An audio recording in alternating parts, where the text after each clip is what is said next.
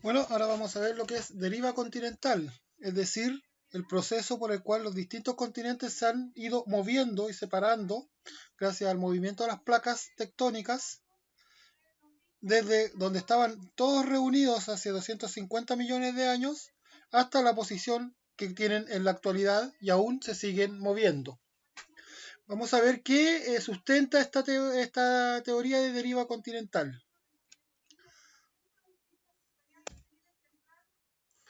Al ver un mapa se puede observar que los continentes tienen formas que lo harían calzar como si fueran un rompecabezas. Eso es, generalmente los niños se dan cuenta que Sudamérica calza con la costa de África. En este caso, como si fuera un rompecabezas, es decir, que en algún momento deben haber estado unidos. Esto llevó en 1915 a Alfred Wegener, un meteorólogo alemán, formulara la teoría de la deriva continental al ver la extraña y paradójica distribución intercontinental de algunos fósiles.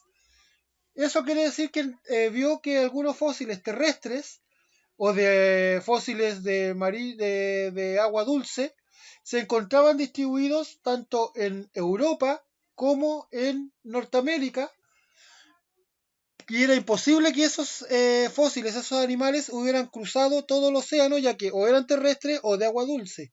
Y eso llevó a poder formular que en algún momento los continentes estuvieron unidos y se separaron de poco a poco, y en ese momento las fósiles que estaban tanto a ambos lados se fueron separando, dejando un océano en medio. Por ende, según esta teoría, hace casi 300 millones de años los continentes estaban unidos, como formando un único continente llamado Pangea, término griego que significa toda la Tierra. Los continentes actuales serían el resultado de la división y desplazamiento de los fragmentos que formaban ese supercontinente.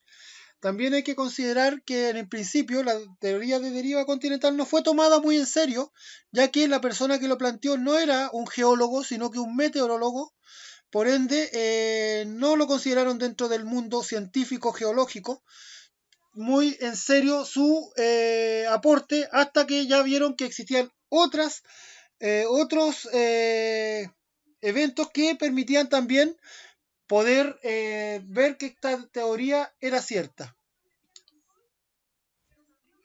Aquí podemos ver en el periodo de la Tierra del Pérmico, hace 225 millones de años, se encontraba toda la Tierra reunida en un supercontinente que era Pangea.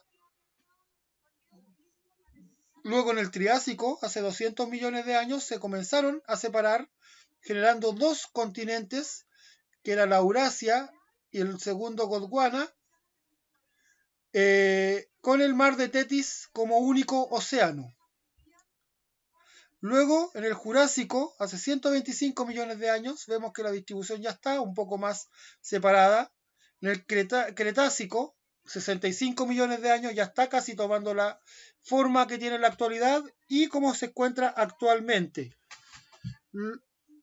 En el futuro, ya que se siguen moviendo los continentes, podrán estar reunidos nuevamente, como formando un nuevo supercontinente en varios millones de años más.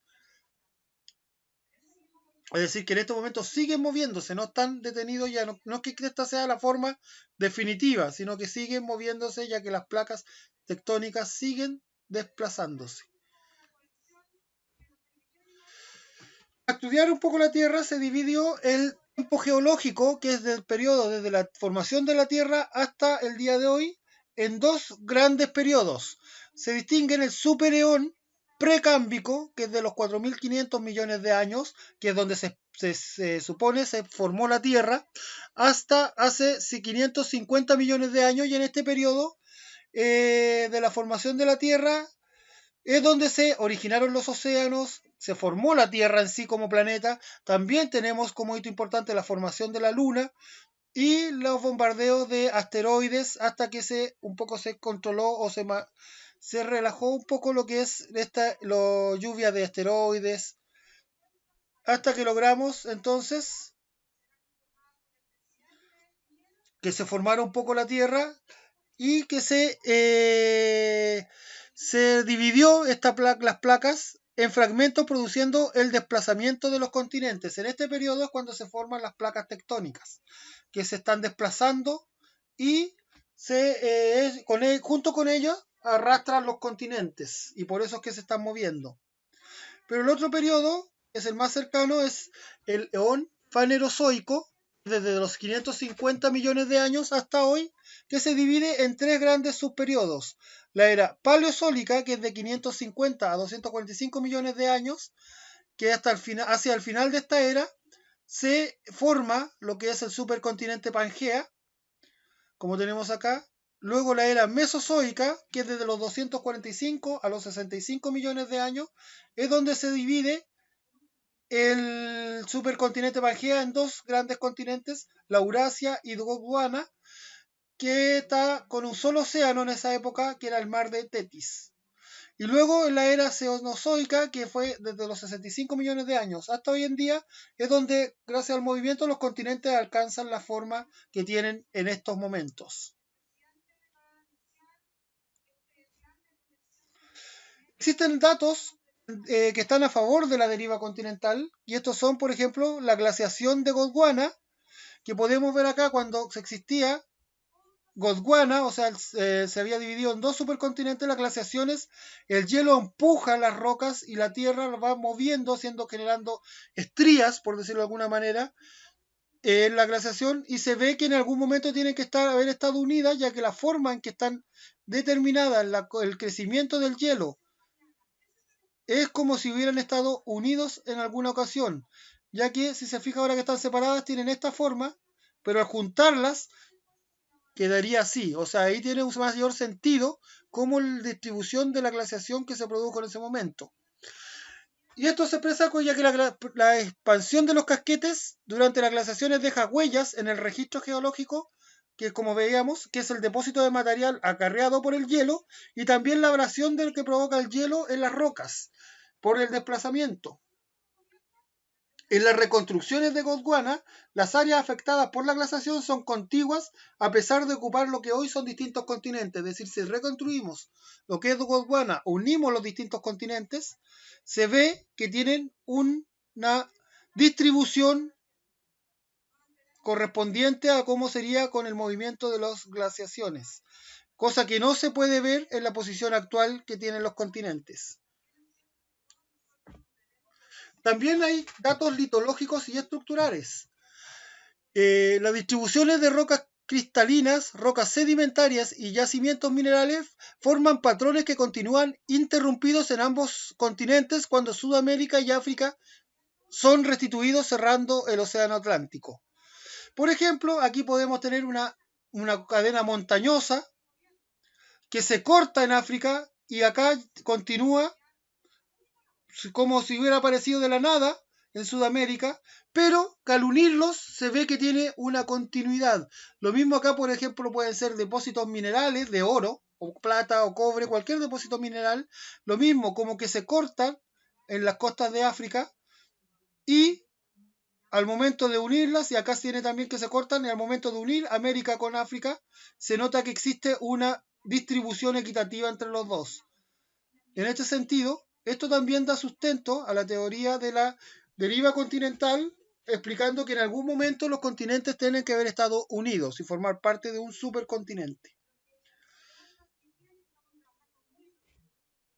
También existen los datos paleontológicos. Es el estudio de la distribución de las plantas y animales fósiles también sugiere la existencia de Pangea. Esto es un poco lo que explicaba en la primera presentación, la primera diapositiva. La existencia de tetrápodos, en todos los continentes durante el Triásico es una indicación que habían conexiones terrestres entre las masas continentales. Si vemos aquí, hay animales que son terrestres continentales que están distribuidos, en este caso por lo que es África, India y Antártida, los registros fósiles.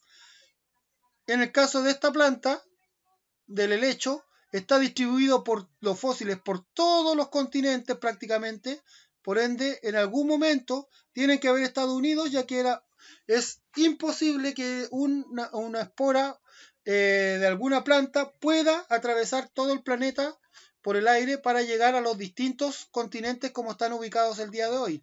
También los restos fósiles de aquí que se ve que se encuentran entre África y Sudamérica, también era imposible al ser un animal terrestre poder cruzar desde África a Sudamérica si Sudamérica y África hubieran estado siempre donde están ahora.